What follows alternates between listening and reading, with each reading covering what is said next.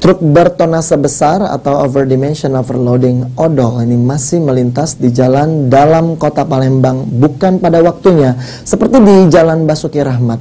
Terkait hal tersebut, Ketua Komisi 2 DPRD Kota Palembang akan segera memanggil pemilik usaha dengan ancaman sanksi penutupan perusahaan tersebut.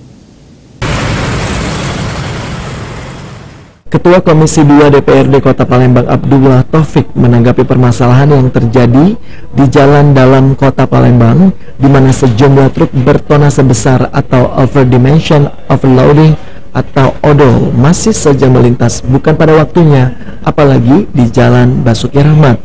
Kondisi ini tentunya cukup membahayakan sejumlah pengendara yang melintas, serta membuat warga sekitar menjadi takut dengan adanya truk odol melintas.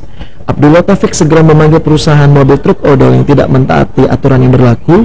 Bahkan Abdullah Taufik mengancam akan tidak memberikan izin perusahaan tersebut jika masih tidak menaati aturan.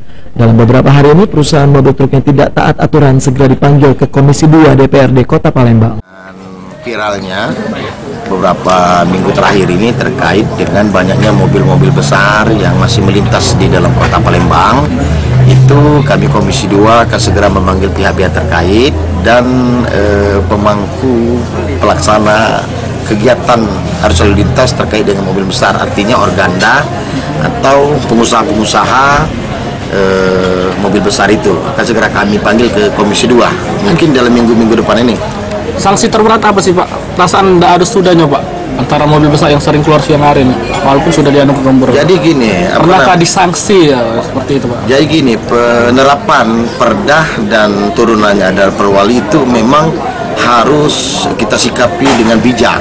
Jadi ada pengusaha-pengusaha mobil yang memang secara de jure mereka melintasi jalan yang memang sudah disepakati, mereka juga bisa melintasi itu.